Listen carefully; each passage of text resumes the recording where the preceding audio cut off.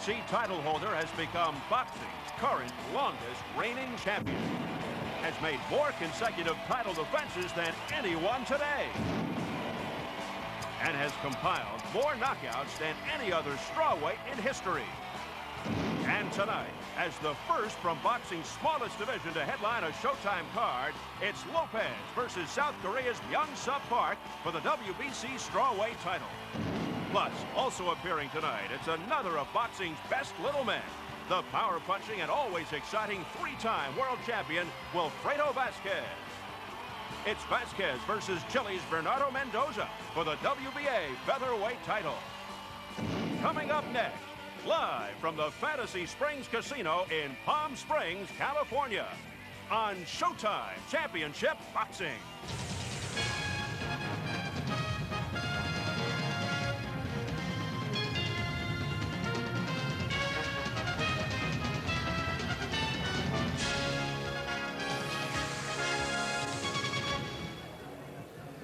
Welcome to the Fantasy Springs Casino, located on a Native American reservation in Indio, California, just outside Palm Springs. And normally we associate the Palm Springs area with warm weather. Well, today's high, check it out, 76 degrees, but the desert air cools off considerably at night here in December. A huge swing. The current temp, 58 degrees and dropping. Big difference from our last visit in June when the mercury at fight time rose to a scorching 130 degrees. As you can see, the fans are prepared, trying to stay comfy. And we'll soon see if the weather is a factor for the fighters. Probably not, as we present two world championships featuring the little man of boxing. Hello again, everybody. I'm Steve Albert. Glad you could join us for a first here on Showtime as we present boxing's smallest weight division. Little Ricardo Lopez may be the best-kept secret in boxing, despite having defended his WBC title a staggering 17 times in 6+ years. He's the longest reigning champion in boxing today, and he's never lost, pro or amateur. Yet outside of the boxing fraternity and outside of Mexico, his name evokes little or no response. Let's check him out of the dressing room. He's the heaviest hitter in boxing's lightest weight class at 105 pounds, known as the strawweight division, and acknowledged throughout as one of the best pound-for-pound fighters in the world. Yes, he is the smallest world champion, but that doesn't take away from his unique ability as a master technician in the ring.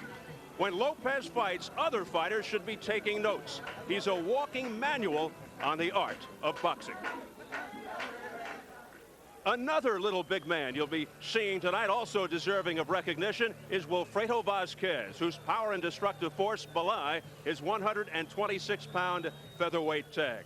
Tonight's weights may be very low, but the energy level, the excitement is usually very high when these unsung heroes of boxing step in the ring. Let's bring on the fight doctor, Ferdy Pacheco. And Ferdy, as good as Lopez is, can he ever take his place among boxing's elite? He'll take time.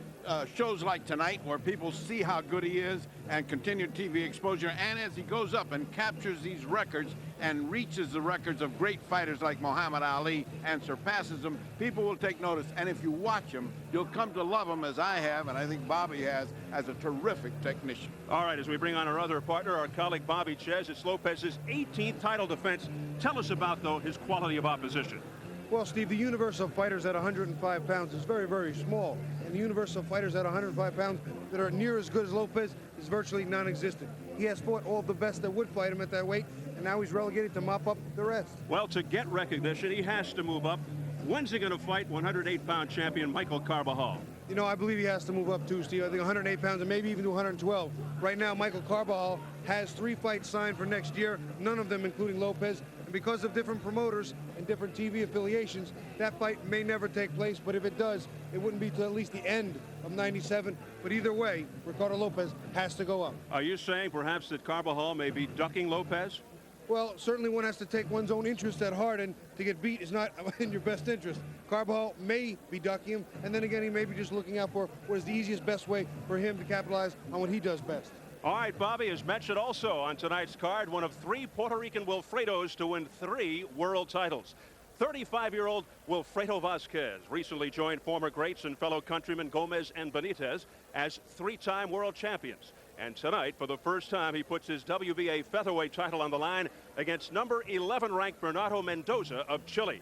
But before we get to that, we take a sharp turn to the big men of boxing, because earlier tonight, former IBF heavyweight champ Tony TNT Tucker faced Tyrone Campbell in a scheduled 10-round non-title bout. And let's take a look at some of the action.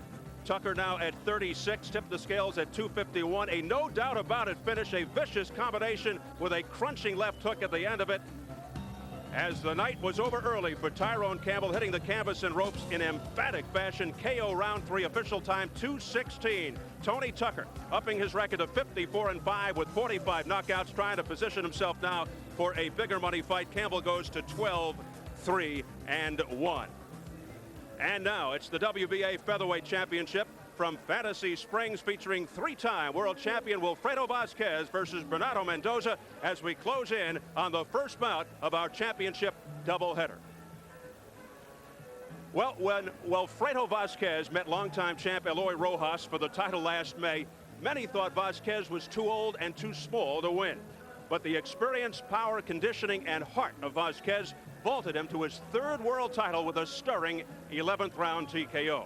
Tonight, Vasquez sets his sights on another ring veteran named Bernardo Mendoza, whose list of opponents is somewhat of a question mark. Oh, there's a great combination by Vasquez.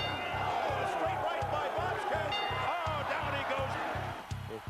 Since I wasn't an amateur, everything I have had to learn in boxing has been in the professional ring.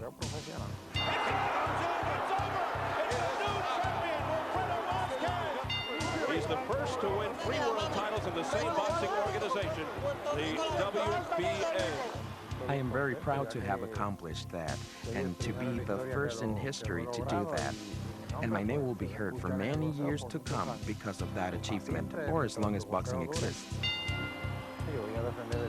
I will defend my current title as many times as possible. But at some point, I would like a shot at the 130-pound title without being stripped of my current title.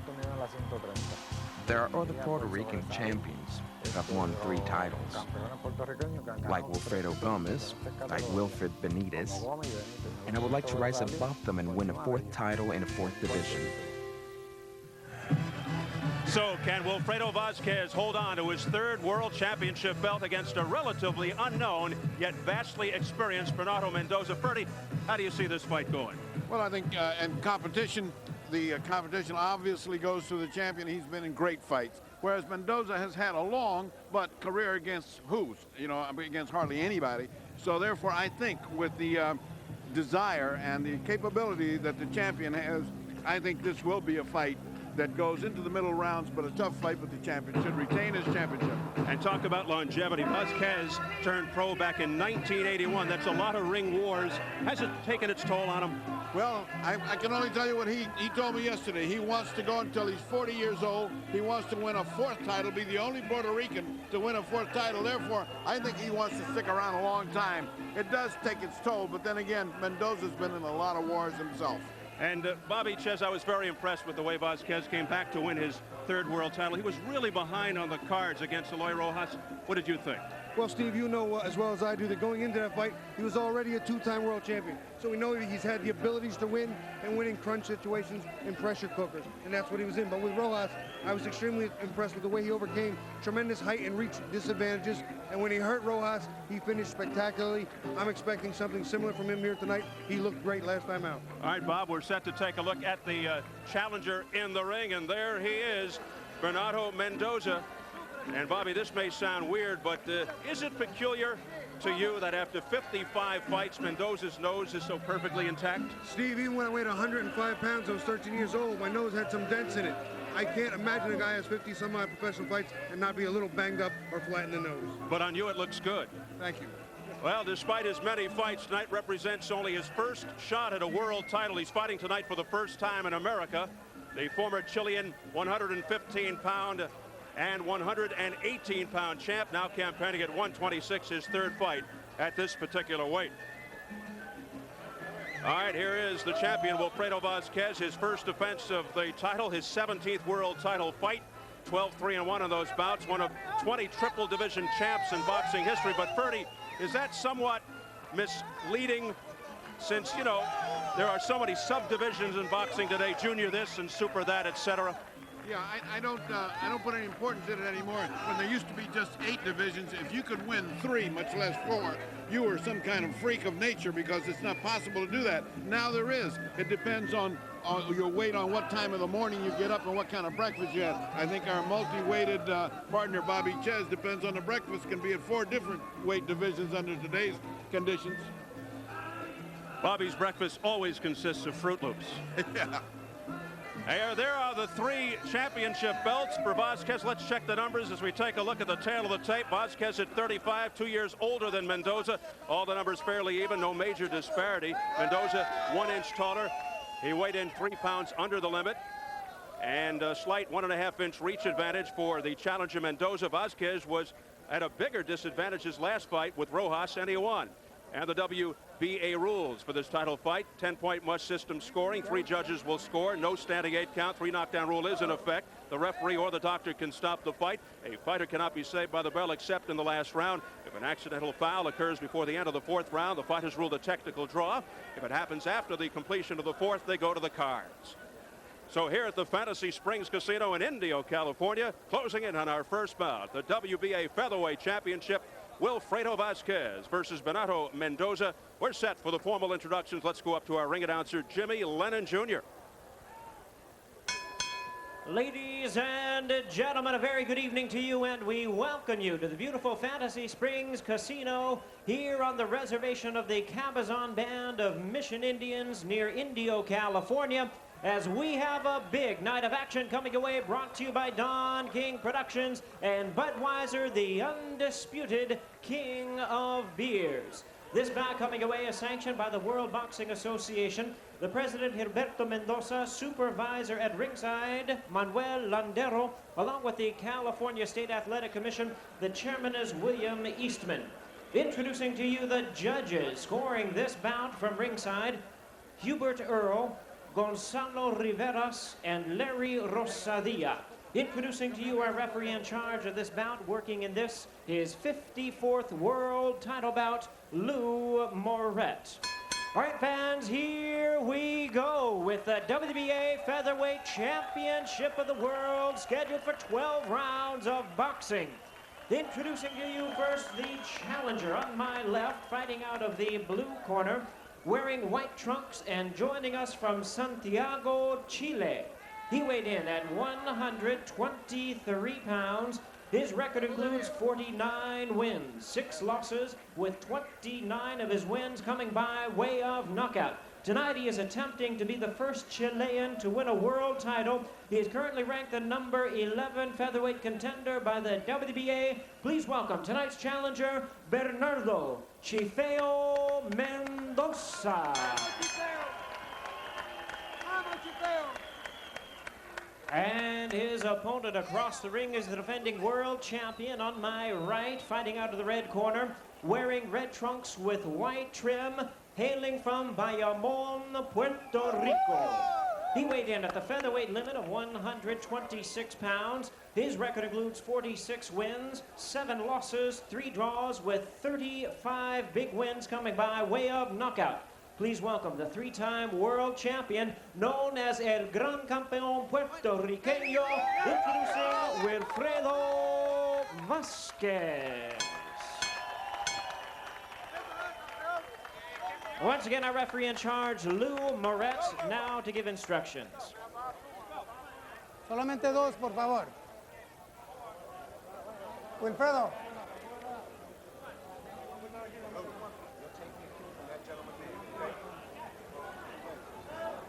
Oui. 2 solamente, por favor. 2. Señores, este es por el Campeonato Mundial Peso Pluma. Cuidado con cabeza de adentro, pegan atrás. Los riones, el aviso es ahorita. Dan la mano, espera la campana. Buena suerte. So we're getting set for this championship bout.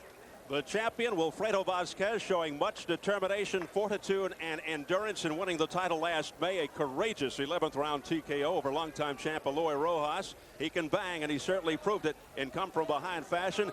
The challenger, Bernardo Mendoza, bidding to become the first fighter from Chile to win a world title. Not only his first fight in the United States, his first trip to America as well.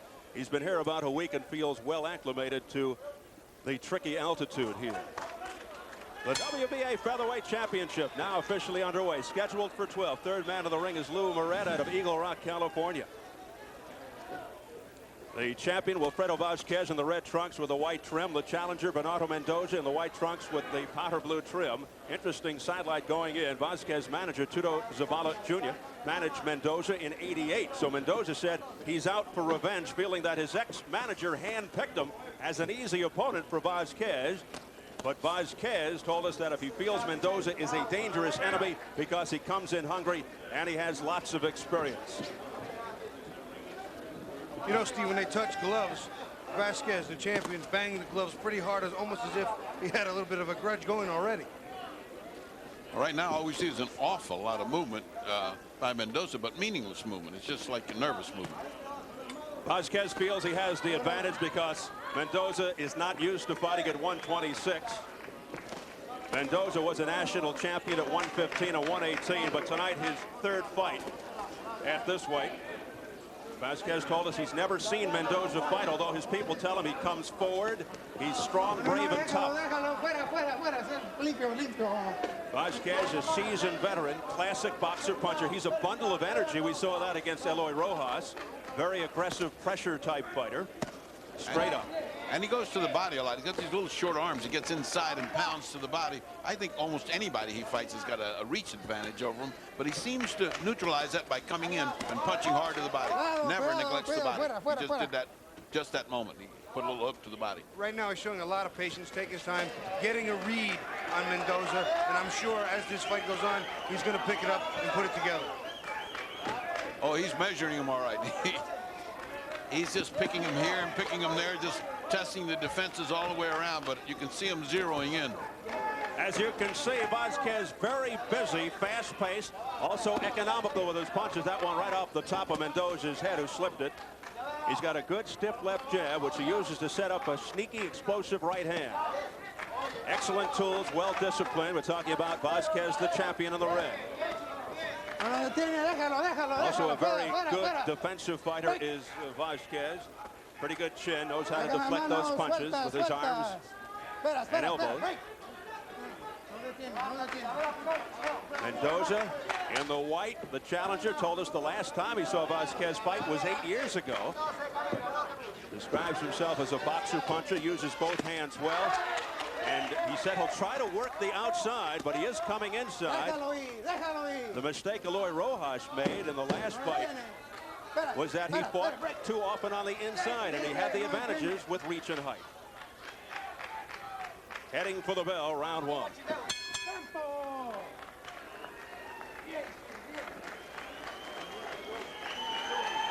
Oíste, estás muy ansioso. ¿Ah? Llévalo con calma, llévalo.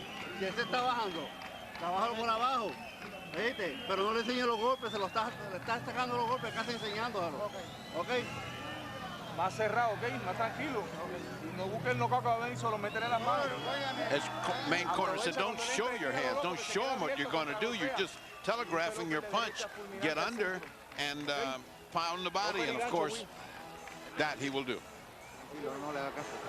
Oye, no te pongas loco tirando golpes. Asegurado, sos y caminando. ¿Estamos? He said, keep walking. Don't go crazy throwing punches. Walk and take some blood coming right on his lip there. He must have split his lip. He's got some blood coming from it. See it? Awful lot of Vaseline on there.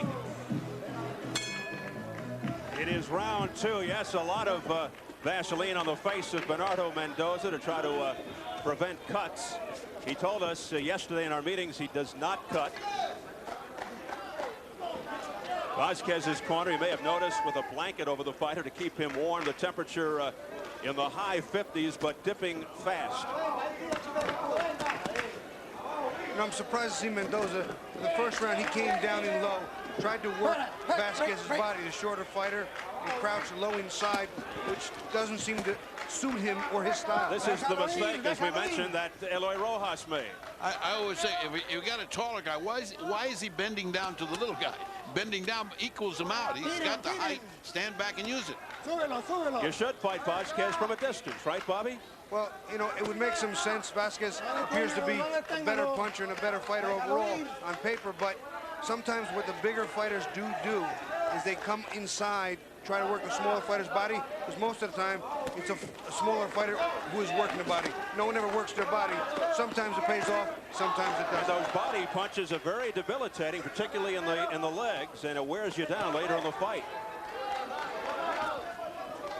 Vasquez 46-7-3 with 35 knockouts. He's 35 years old out of Bayamon, Puerto Rico. And Mendoza 49-6 with 29 KOs out of Santiago, Chile. You see, being the bigger puncher, you would think that you would stay away from Vasquez's power as opposed to pulling into it, which is exactly what Mendoza is doing. And he leans in. See how he leans in? He makes himself the same size as the other guy, negating his own advantage of size. I mean, every time I saw that happen, the taller guy leaning in is the one that gets creamed.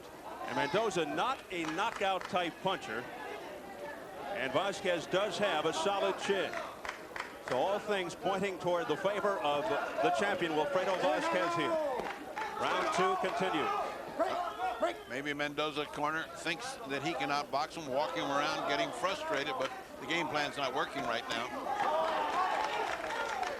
Vasquez told us his goal is to win 4 world titles, perhaps move up to 130 to do so, as he measures Mendoza out, missing with that left hook. I'll tell you, there were some bad intentions on a few of those punches. He was looking to take his head off. You could see, I mean, for the first time in the fight, he really loaded up 3 or 4 punches. 2 of them landed, but 2 of them didn't. But boy, he loaded up. When Vasquez gets down into that deep crouch, he uncoils and really unleashes some vicious blows. Right now, Vasquez is having a little difficulty gauging and timing Mendoza. He's not getting off the counters the way he wants to. He's having a little trouble with the awkwardness of Mendoza. And once he gets that in time and he's in tune with it, he's going to be dangerous. Final seconds of the second round for the WBA Featherweight Championship.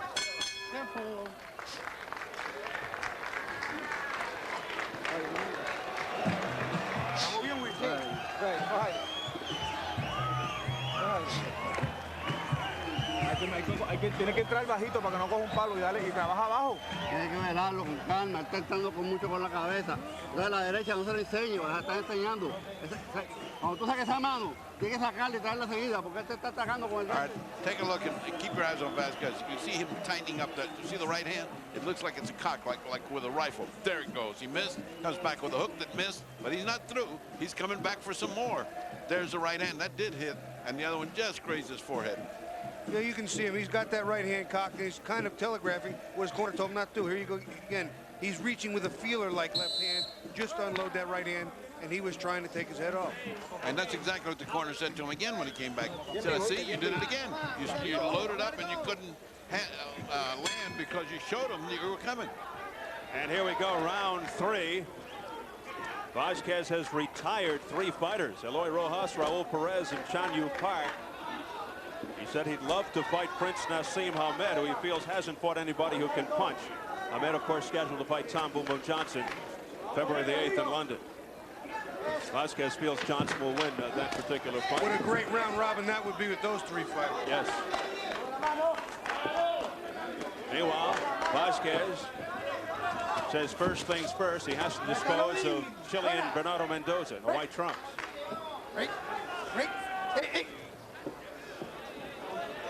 The referee, Lou Moret, the right referee for this fight, he speaks only Spanish to both fighters. So far, he's been very good, just saying, listen to my commands, break when I tell you to break. Referee Lou Moret. He says fuera, meaning out, out. None of the fighters on this card here on Showtime speak English. As the temperature continues to drop here in Indio, California, it's now in the mid-50s. It started out close to 80 degrees this afternoon. But it's the type of fight where you see a lot of 1-2 misses and then tying up and wrestling. And when they do that, that type of fight will take its toll on you physically. Condition, a big factor. A ferocious straight right hand by Wilfredo Vasquez right on the jaw of Mendoza. He's starting to get that timing down I was talking about. It looked like he threw it all the way from left field. He wound up and came. What's that? 1 point holding. 1 point 1 holding. point holding. Luberat is taking 1 point a point holding. away from No puede the detener. challenger Mendoza for holding. Said you can't hold him. He said it in Spanish. As if he's already has enough problems. Now they take a point away. Now Déjalo ir. some low blows there by Vasquez. Moret didn't quite see it. Déjalo. Well, he can ill afford that point. And have to go put it on his credit card because he has no. He's not out in front. You know, it's very much a tactic to hold and tie a fighter up when you're hurt or when he does certain things. The way Evander Holyfield beat Mike Tyson, tying him up on the inside. But technically, believe it or not, in the rule book, holding is illegal. Look out, a push there. Wild shots by Mendoza, but Bertie and Bobby, he's leaving himself wide open. Well, he has no regard for the fighter. He has no respect for the guy in front of him. He just figures this guy can't do anything to me. And sometimes that's a bad mistake. in boxing. Deténalo, déjalo ir. Yeah, sometimes that, you know, the best laid plans in my sometimes go astray. And he seems to be loading up with big shots a little bit too much. See that telegraph? So you can see it coming. Mendoza is getting Vasquez very angry right now, and Vasquez looking to take it out on the man in front of him in vicious fashion. He's measuring him out with that left. There's a wide left hook, a glancing blow by Vasquez. They both missed. And at the bell, Mendoza did land to the forehead, but nothing too impactful.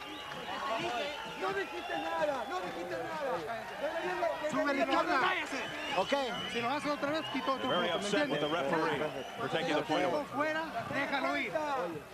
Sube a la izquierda. Sube a la izquierda, que suba a la izquierda. Okay. Said, let him go when he comes in. Lift your left hand. His guy's throwing right hand bombs. Lift your left. Let's see why they took that point away. I really didn't see that it was that big a fault all during this round so far. I didn't see him doing it that much, but apparently the referee did. See, he's just holding on, but not behind the head. Right. Well, see here, he won't let go, Freddie. That's part of the problem. The referee got mad. And there it is. He takes the point away from the challenger, Bernardo Mendoza, who's already well behind. Yeah, well, you see, he lost a round. It's a 10-9 round. Now he lost a point on top of that. It's a 10-8 round. Well, he could ill afford it since he'd blown the other 2 rounds. And now round 4, Bernardo Mendoza found out in round 2 why Vasquez is the champion, as he got hit with a number of good shots.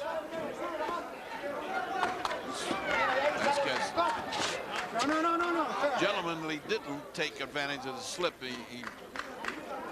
Mendoza slipped on the corner ice there, and he didn't take advantage of it. Very nice of. Ooh, nice right hand. Right hand by Bernardo Mendoza that got the attention of Wilfredo Vasquez out of nowhere. You know, I was just going to say there's a little bit of a welt around the left eye of Vasquez. 1 or 2 of those right hands must have landed, and another one just did. And Mendoza continues to bore in on Vasquez. Vasquez looking to counterpunch. One thing about Vasquez, he likes the action in close. He likes to fight. And he's not one of these guys that comes here to do a little diffident work. I mean, he comes in here, rolls up his sleeves, and he wants to go at it. The left eye of Vasquez is, as you pointed out, Bobby, seems to be worsening. It's getting red and ugly. But you're right, Freddie. Vasquez likes to lure his opponent into a street brawl. Yeah, he didn't mind getting hit. He doesn't mind at all, so long as he can come back with 2 or 3. Oh, a short, crisp left hook by Vasquez, who has some answers for Mendoza. You know, right now, Vasquez doesn't seem quite as strong as he did even just a round ago. There's a little momentum right here for Mendoza, but does he have what it takes to sustain? Some wild swings and misses by Mendoza. And you see the duck under defensive moves by Vasquez. Straight right hand by Mendoza. Flush on the face of Vasquez. Every once in a while, he gets one in there. And doing more damage inside than he was ever before. He landed all the hard shots inside there. I mean, I agree with Bobby. The momentum has swung here this round as he gets braver. That right hand made him brave. Vasquez trying to get down to that deep crouch to avoid being such a big target. You know, I think what's happened here is I think Mendoza has taken Vasquez out of his game plan a little bit, gotten a little angry and frustrated, making him try and almost get even immediately, and it's costing him here. Vasquez really using his ring savvy here, his experience. He's 35. You see the defensive moves. He's catching punches with his arms and his elbows. A lot of those punches by Mendoza are not getting through. Mendoza's big left hooks from time to time are connecting, taking some starch out of Vasquez's leg. Well, he's landed some very good right hands. That's what's got him in the swelling, and that's not calculated to do you any good. I mean, they build up, and all of a sudden you're on the canvas if you don't watch out. And as we continue to keep an eye on the eye of Vasquez, the left eye, there's a welt under the eye.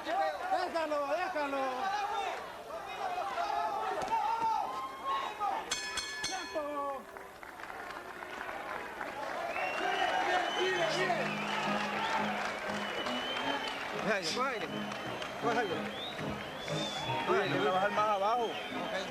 Y subo la arriba, más abajo y arriba, Will.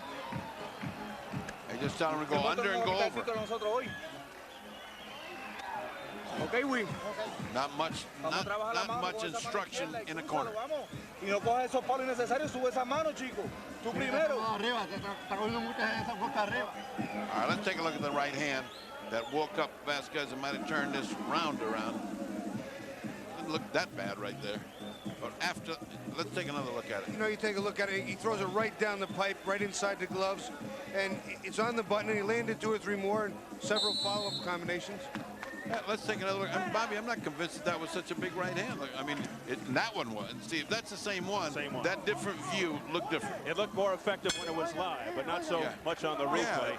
He ducked away from it. He backed off. Either way, it landed, and I think that's a round I finally gave Mendoza. That's the first round that he's won on the perception of the judges will be that it was a good punch. As good as round 3 was for Vasquez, round 4 looked to be Mendoza's best thus far. Here we are, round number 5 for the WBA featherweight title. Wilfredo Vasquez in the red, a lunging Bernardo Mendoza, the challenger in the white. Vasquez looking sharp here as we begin round 5. He seemed to get back to boxing, smart boxing. He's the one with the championship experience. Let him fight his fight, not let Mendoza dictate it, and that's a smart way to do it. Vasquez looking very focused here. Oh, very low, very low. Mendoza already having a point taken away for holding a few rounds ago. And now a low blow. Now Mendoza going to the bicycle. I'll tell you what, Vasquez uses his legs very well. He moves out of danger very well. He's a good defensive fighter. He knows how to use his legs to move out of danger. He doesn't stay there and take the punch. Classy fighter, well disciplined. There's a slapping left hook by Vasquez that backed Mendoza up. Mendoza tries to counter. Now that right now Vasquez is looking to counter with big shots. But he's got to just ease up a little bit, not load up quite so much, let the combinations flow. Vasquez is head hunting now. He's going upstairs. And then Mendoza trying to answer back with a wild left hook, a swing and a miss. Well, Vasquez is back on track. I mean, this round, he got discombobulated that last round.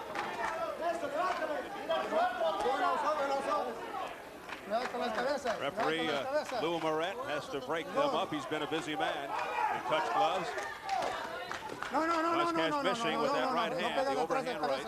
No more holding, says Moret.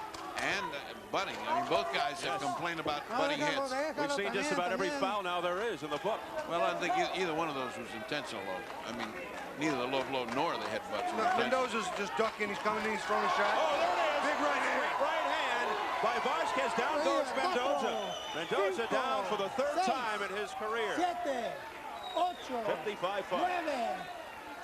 Oh, he did. Did he make it? He just made it. He just made it, but I don't think he's going to make it too much longer. Through the round, yeah. This could be in trouble. This is over. Vasquez, they throw the towel from the Mendoza corner, and this one is over. You could see he didn't know where he was. He got up. I'm not even sure he tried to beat the count. He just stood up because his body almost reacted. It was a great right hand, and you see again, punching power, the patience of a champion. It was strictly instinctive that he got to his feet at 10. Yeah, it's a very good thing that they stopped. Well, it was pointless to continue. But those right hands that he was throwing, one of them was going to land. And when it did, it had the signature of knockout on it.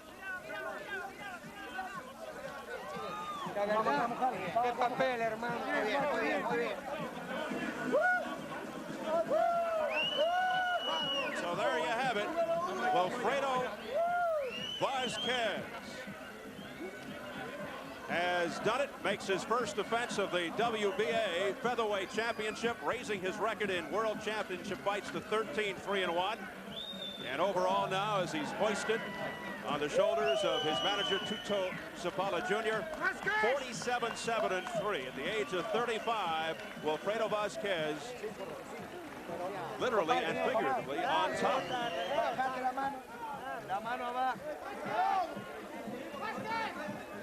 He's one of only 20 men in boxing history to win 3 world titles. And let's take a look at some of the action. Well, here you see a classic right, overhand right on the button.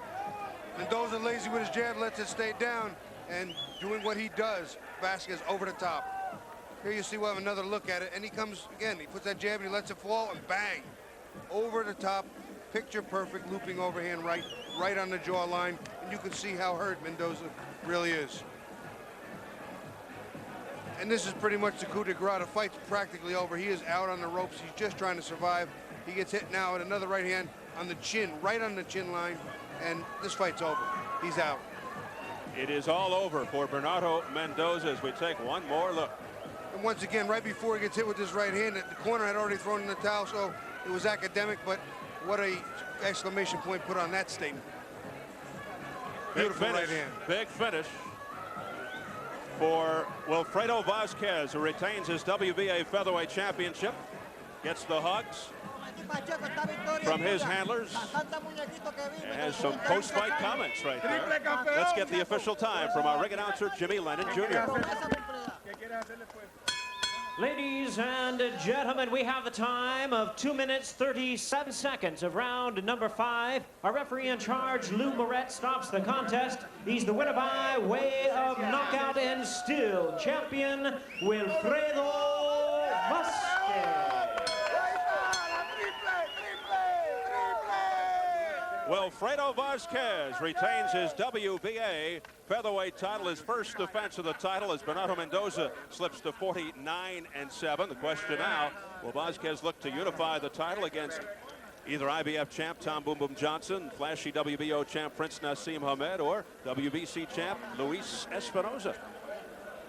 Time will tell. Coming up next, boxing's lightest weight class, the strawweights take center stage as we go into the dressing room of longtime WBC champ Ricardo Lopez, one of the hardest punchers in the lighter weight classes. The undefeated Lopez has knocked out 33 of his 43 opponents, 16 of his 33 KOs in 3 rounds or less.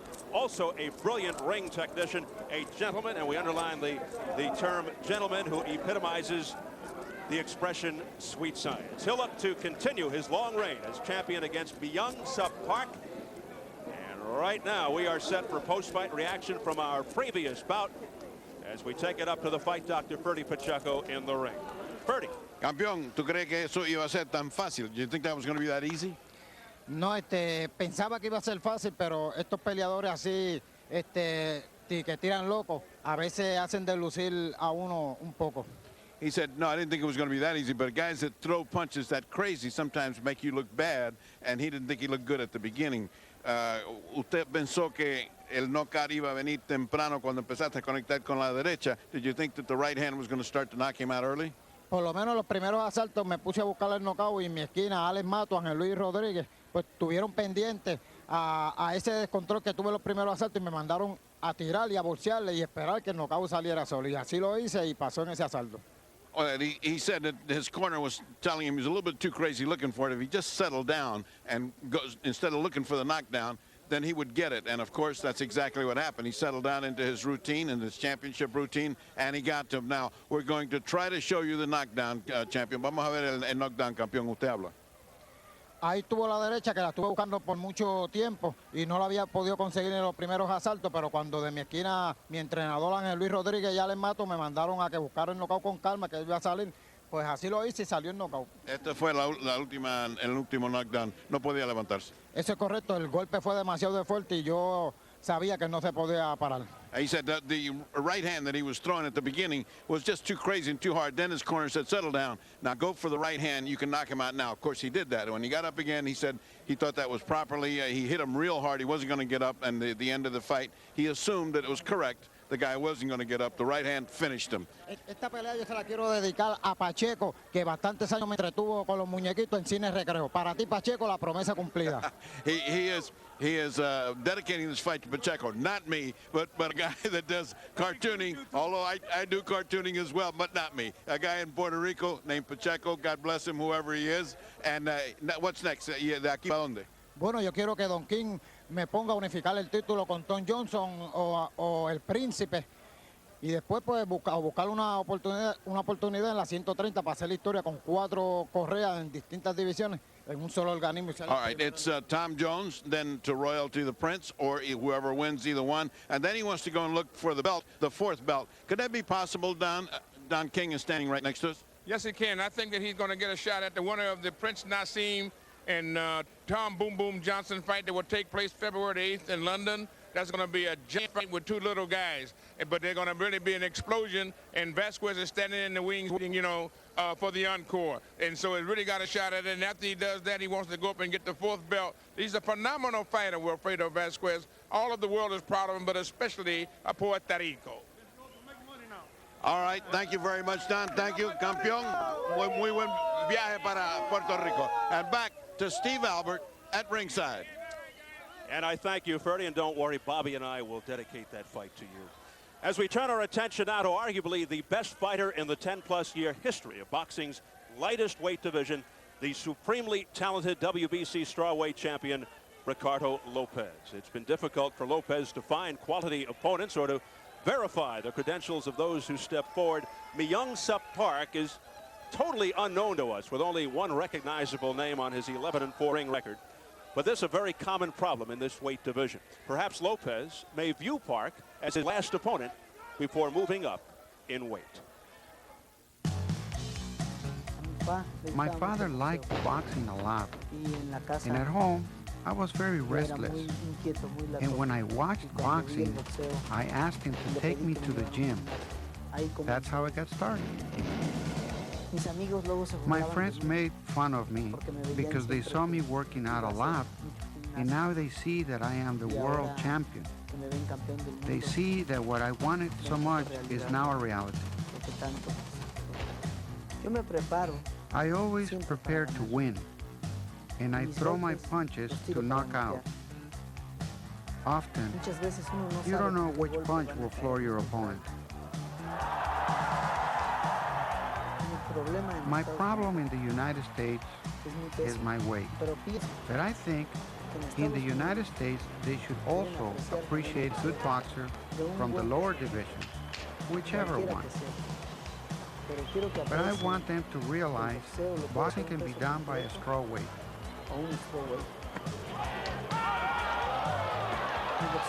Boxing is the art of hitting and avoiding being hit. And people should know the essence of true boxing is technique.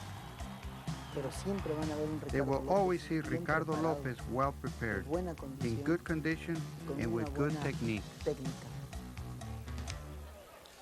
Well, this one has the elements of a one-sided affair, although given the general competition in the strawweight division, almost every Lopez fight can be considered a mismatch. Tonight, the smallest world champion, Ricardo Lopez, defends his title against number 6 rated Myung-Sup Park of South Korea in our main event of the evening. Back with the fight, Dr. Ferdy. Lopez is 18-0. We are really building this guy up. 18-0 in world championship fights. Just how good is he? He's as good as I've ever seen. I mean, for a champion coming on the way he has, his record, amateur and pro, the way he fights, the technique, the simplicity of his attack, the wonder of his defense, I think he's the best fighter fighting today. It's unfortunate that he's this little weight. Well, that's tough luck.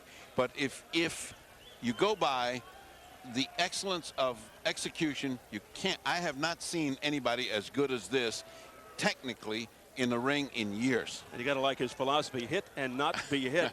He's a sweetheart. How about a sweetheart of a guy? He is, even out of the ring, he's a gentleman. He is. How about a prediction?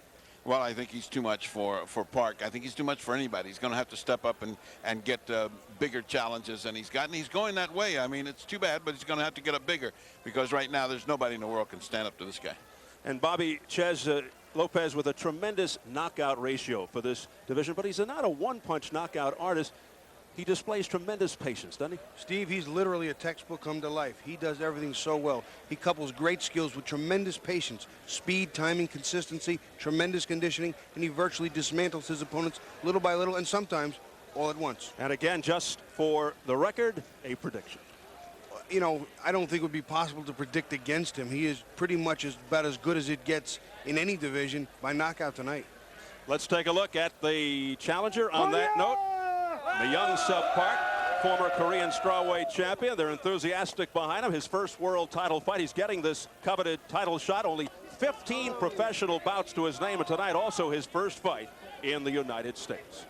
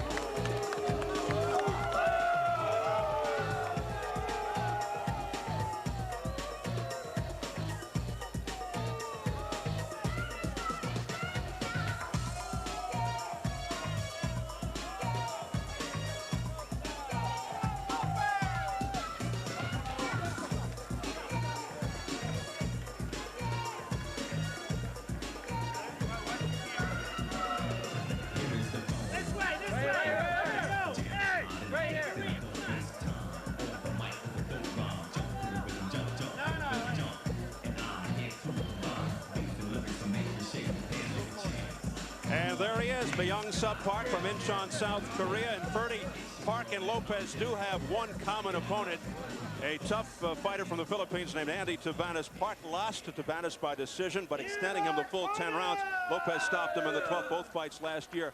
I don't know, should we read anything into that? Is there No, except that the thumbnail of the whole thing is one guy beat the guy and the other guy lost to the guy, period. You could draw a line under there and say equals the advantage to, of course, the wonderful champion, Lopez. All right.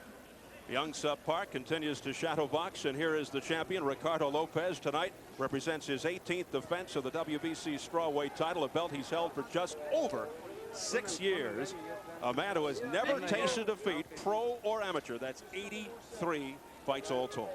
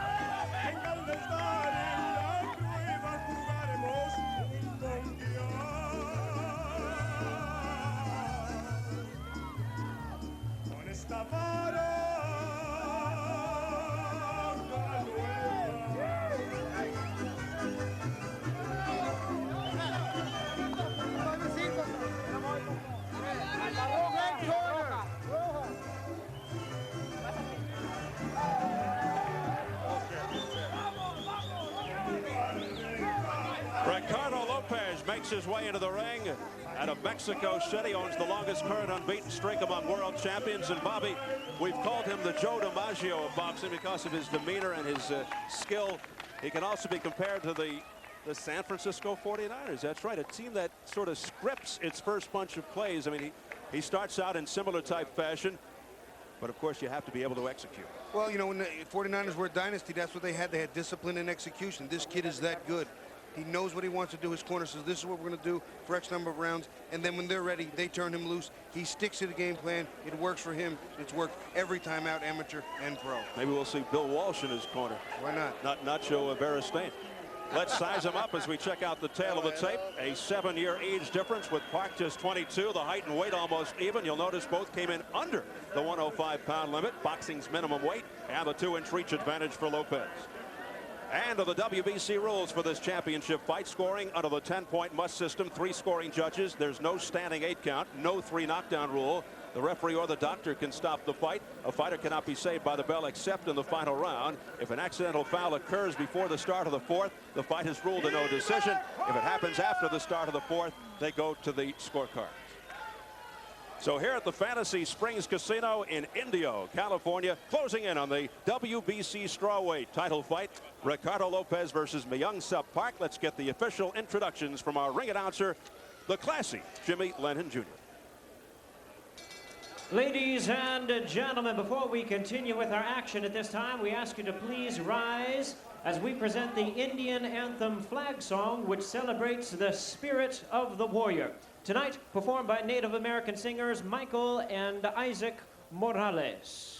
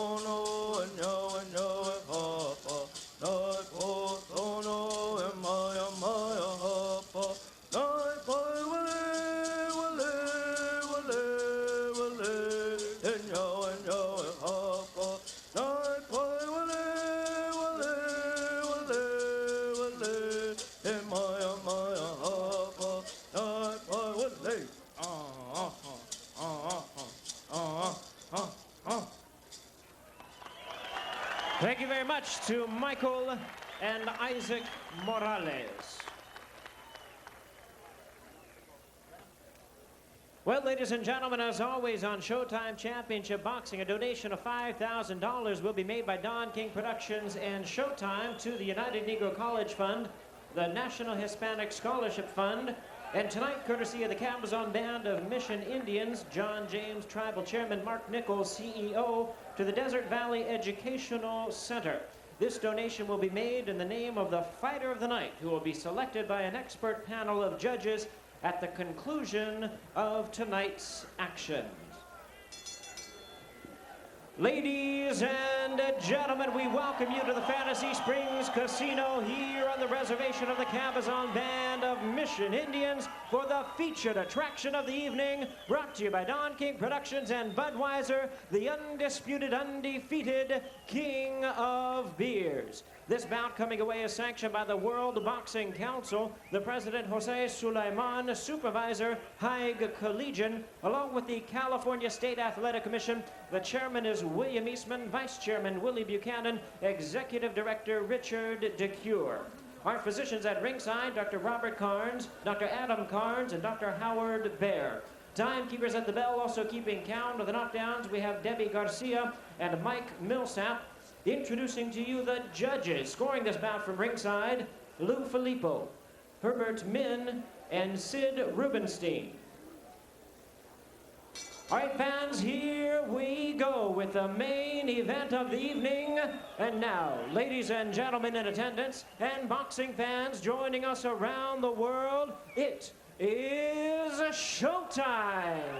With the WBC Strawweight Championship of the World scheduled for 12 rounds of boxing, our referee in charge of this bout introducing Chuck Hassett. Introducing to you first the challenger on my left, fighting out of the blue corner, wearing dark blue trunks and joining us all the way from Incheon, South Korea. He weighed in at 103 pounds. His record includes 11 wins, 4 losses, with 10 of his wins coming by way of knockout. Here is the former Korean strawweight champion, currently ranked the WBC number 6 contender. Please welcome the hard-hitting challenger, Myung-Sup Park.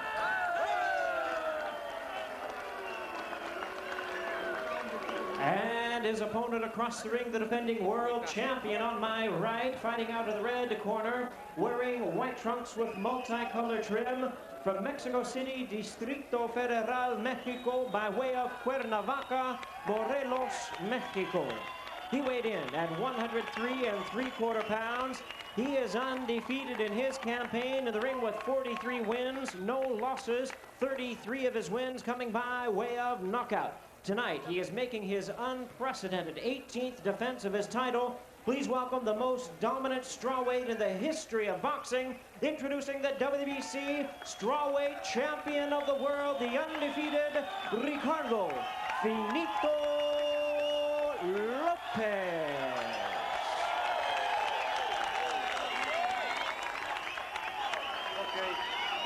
Once again, a referee in charge, Chuck Hassett, now to give instructions. Hey. All right, let's go. Chief second. Chief second. Chief second. 1. No, just 1.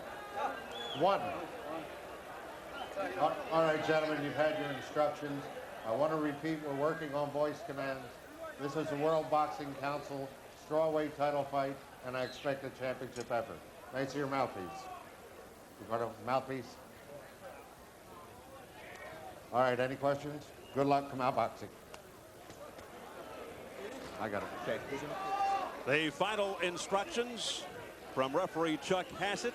There's the champion, Ricardo Lopez, who last fought just 28 days ago. In his remarkable 17 title defenses, only 3 have reached the final bell. He's had more championship fights than this man, Myung-Sup Park, has had fights, 18-15. Park has fought only once in 96.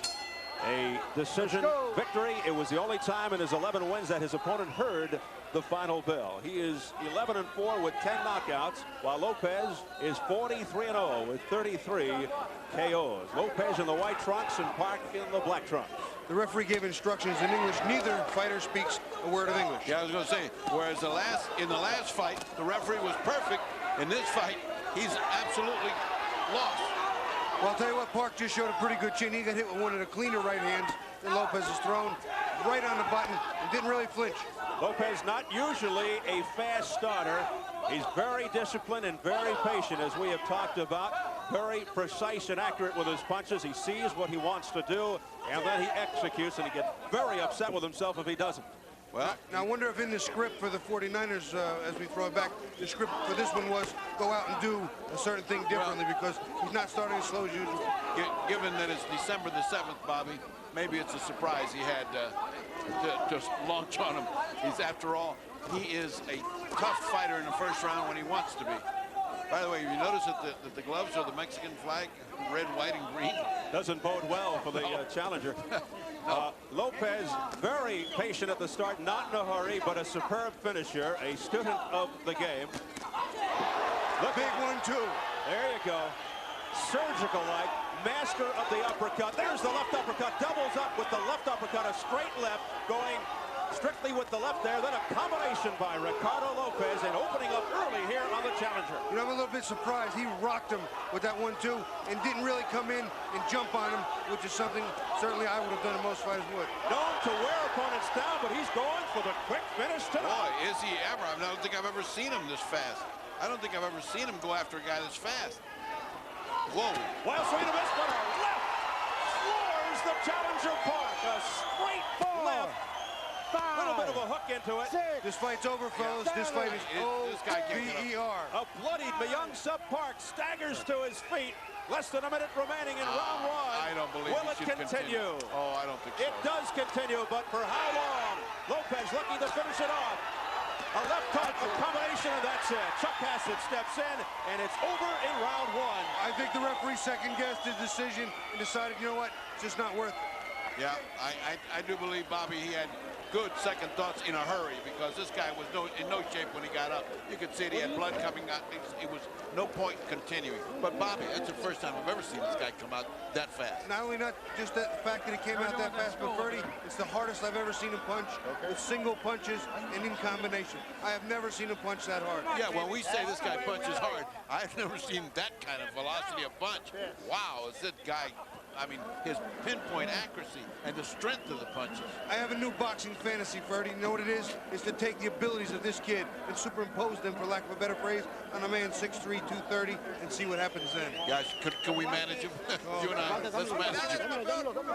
Let's take a look at the knockdown, because this guy, just look at the way he, first of all, he holds his gloves up. Notice that he holds his gloves up all the time. Now, he missed with that, now watch him come back. There is the danger of this guy. He misses you with one shot and you think it's all over. Here comes the other one. Bobby. Yeah, well, you watch it again. He's just big, wide left hook. It's not a clean left hook. It lands cleanly, but I mean, a little bit for him sloppy, but a picture perfect landing. What a great shot. What had been happening to him previous to this was a series of very good punches. See the miss and then recovery and bang. Well, but what had been happening was with one good right hand, he turned the fight, the round around, and then it was just a question of time before he exited this conscious world. Well, it's his 5th career first-round knockout. Ricardo's reign continues. He does it in explosive fashion. Makes his 18th successful defense of the WBC strawweight title. Ricardo Lopez. We're set for the official time. Let's get it up to our ring announcer, Jimmy Lennon Jr. Ladies and gentlemen, we have the time of 2 minutes, 22 seconds of round number one. Our referee in charge, Chuck Hassett, stops the contest. He's the winner by way of knockout, successful in his 18th defense of his title. He is still undefeated and still the WBC strawweight champion of the world, Ricardo Finito Lopez. There is simply not enough competition in this weight class for this man, Ricardo Lopez, and I think it is inevitable, unquestionable, that he should move up in weight. Goes to 44-0, extending the longest current unbeaten streak among world champions. As mentioned, his 18th successful defense, 19, would tie him with Muhammad Ali and 5 others in 4th place all time for most successful title defenses per division. The leader is the legendary Joe Louis with 25. And this equaled the shortest amount of time between fights for him, 28 days. The last time he fought within a span of 28 days, you know what he did the second time? A first-round knockout, and he does it again here tonight. At 29, yes. Lopez continues to be the only world champion who has never lost a fight combining pro and amateur. Let's go to the fight doctor in the ring with Ricardo Lopez. ¿Por qué esa rapidez en el primer asalto? Nunca peleas así. Why so much speed in the first round? You never open like that.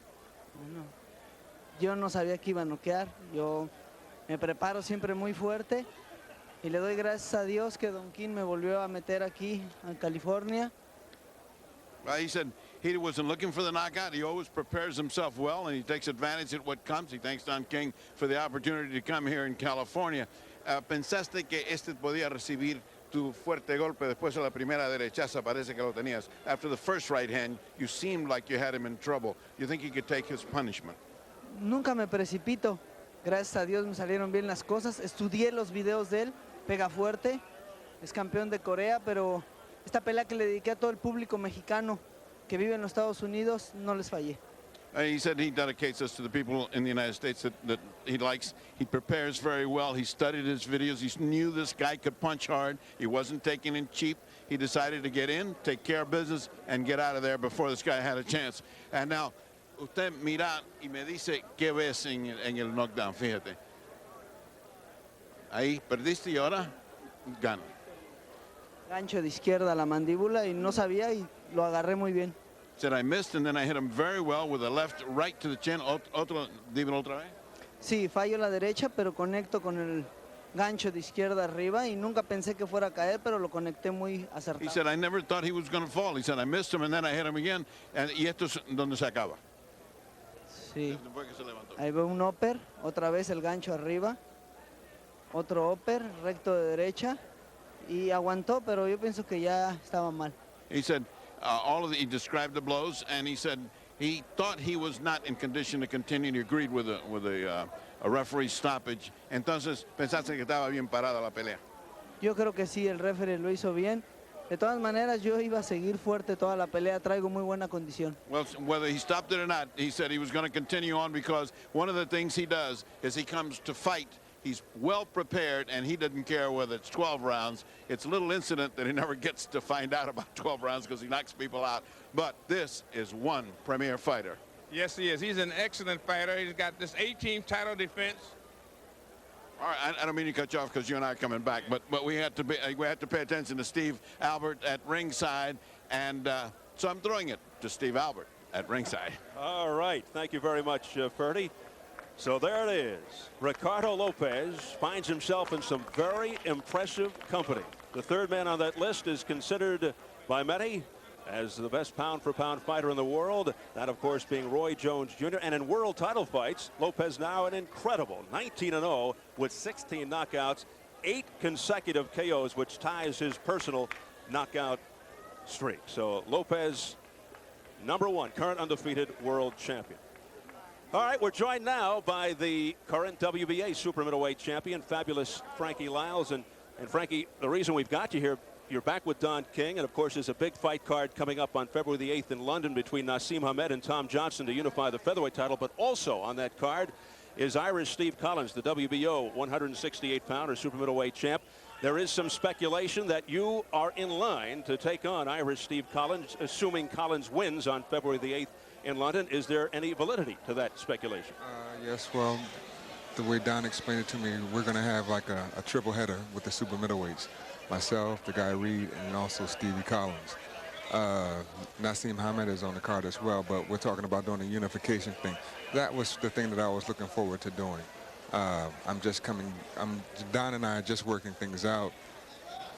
Generally, where do you see yourself right now in the grand scheme of things? Who will you be fighting next? I don't know who the next opponent will be. Don's guaranteed me a unification match before the year is out, before 97 is out. So I'm looking forward to that. Now, Roy Jones, of course, said yesterday that he is looking to fight Virgil Hill, the WBA and IBF light heavyweight champion, and as I mentioned before, arguably the best pound-for-pound fighter in the world. Would you be looking for a matchup down the road with the great Roy Jones? Well, right now I'm back with my family at Showtime, and that's in the hands of Don King. If Don King can put the fight together, I'd do it tomorrow. I think Roy, I take nothing away from Roy. I think he's a great champion. He deserves everything he's gotten so far. But like I say, if Don King can put it together, then I'm here and I'm ready to do it. Now, didn't you fight Roy Jones in the amateurs and have some pretty good success? Yes, I have. You know, like I said, I take nothing away from Roy. I think he's a great champion. I think he and I getting together would be our Hagler Hearns, our super bout. Something that, like I said, something I really look forward to. Don let me come out of my contract so I can pursue doing it on my own. I talked with a bunch of the other promoters, and everyone made a lot of promises, but no one could deliver the fight. So, you know what I mean? I'm going the other route. I'm back at home, and, you know, I'm looking forward to doing some good things here with Showtime. Do you feel you've had some tremendous success over the years? Do you feel, though, almost like the forgotten man in the big picture? You know, I'm not complaining. I'm just here to have fun and do my job, you know? All right, Frankie. Fabulous, Frankie Lyles. Very happy much. And healthy holiday and New Year to you. Thanks again. It's happy to be back. Thank you. Thanks for joining us. All right. All right, fabulous Frankie Lyles leaves us. Time now for our Fighter of the Night Award. A special panel of judges comprised of members of the boxing media covering tonight's action. Votes on the Fighter of the Night. Here's your panel. Jose Luis Camarillo of Esto of Mexico City, Ramiro Gonzalez of La Opinion, and Bill Plunkett of the Desert Sun. And the decision is in. Our panel of judges has selected as our fighter of the night, unanimous decision, Ricardo Lopez. A $5,000 donation will be made in the name of Ricardo Lopez to each of these organizations: the United Negro College Fund, the National Hispanic Scholarship Fund, and tonight, courtesy of the Cabazon Band of Mission Indians, Mark Nichols, CEO, John James Tribal Chairman, to the Eastern Valley Education Center by Showtime Networks and Don King Productions. Well, it's been a memorable year here on Showtime Championship Boxing, highlighted by Evander Holyfield's stunning upset of Mike Tyson last month.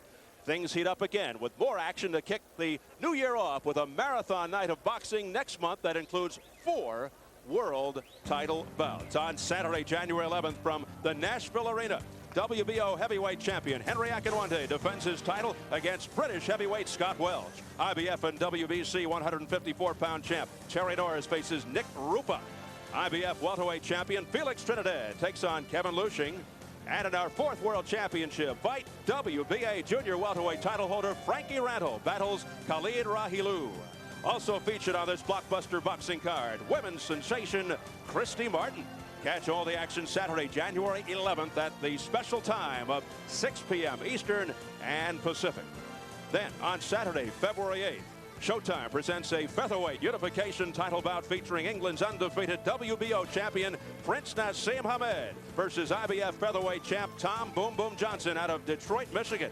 See this much anticipated matchup via satellite from the London Arena at 10 p.m. Eastern and Pacific on Showtime Championship Boxing. For more, let's go to the Fight Doctor, Ferdy Pacheco with Don King.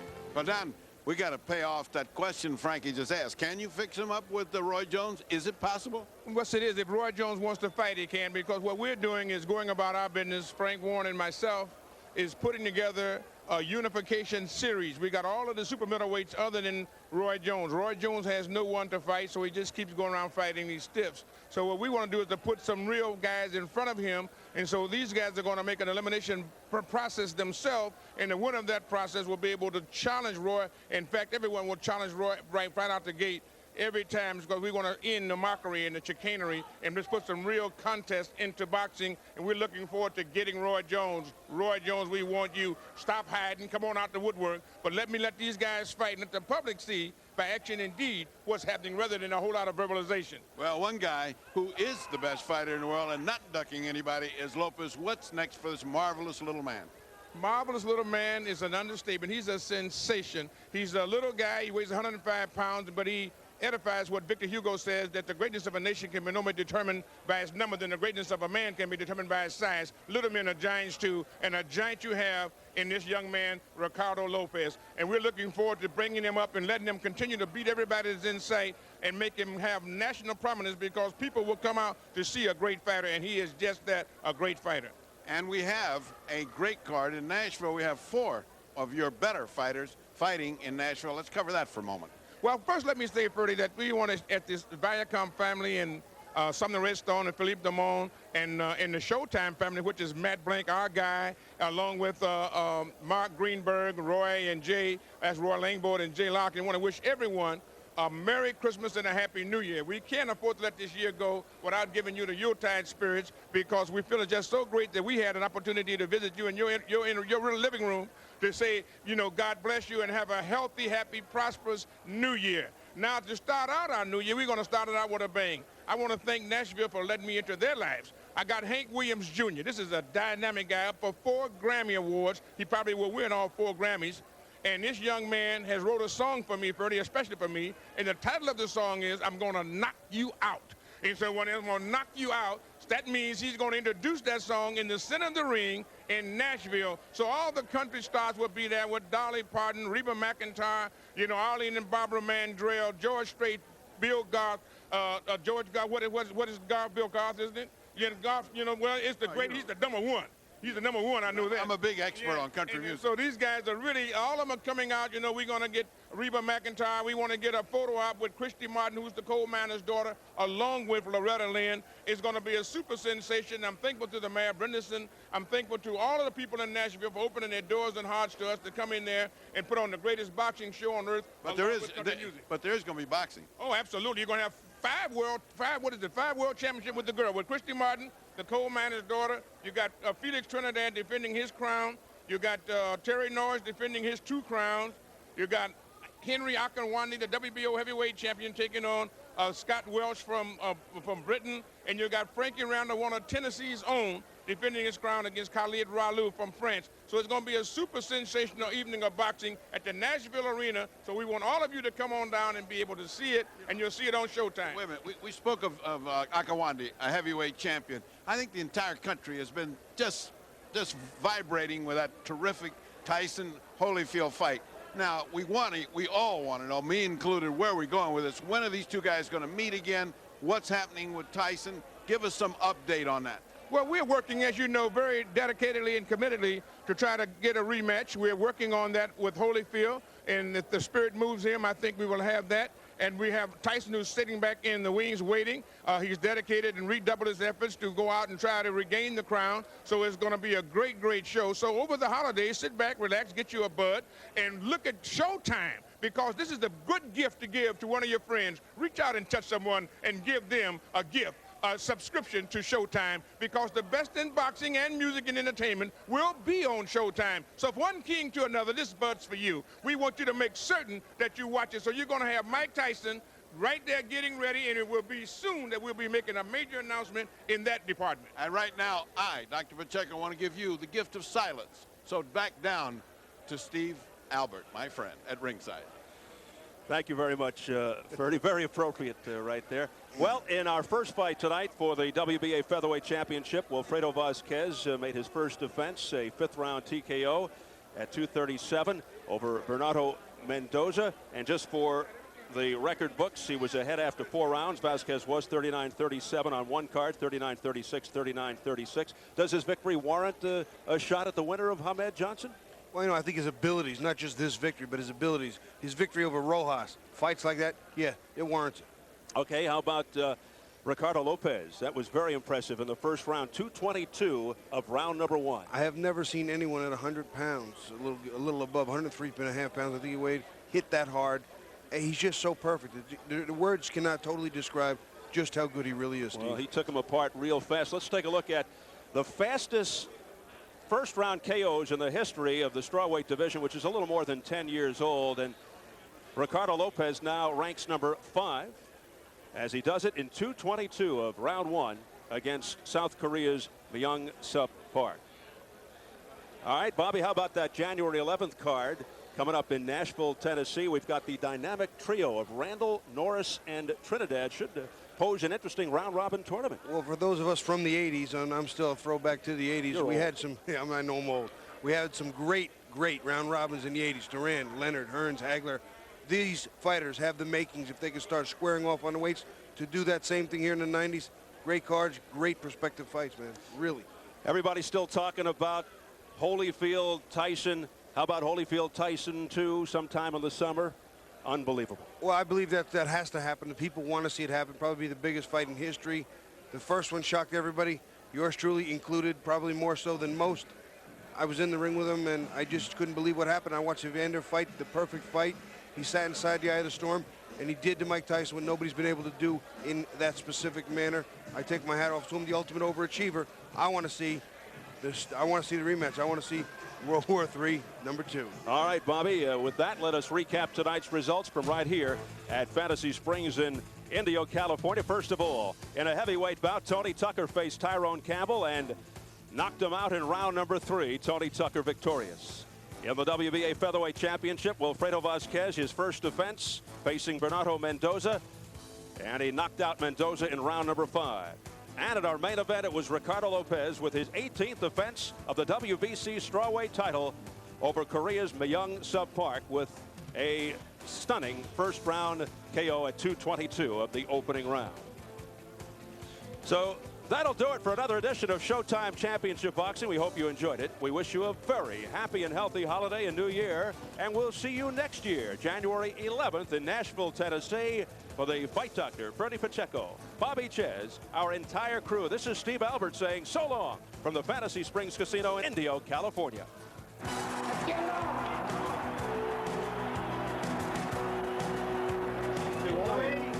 Anytime, Steve. Round two, scheduled for 10. Thomas T.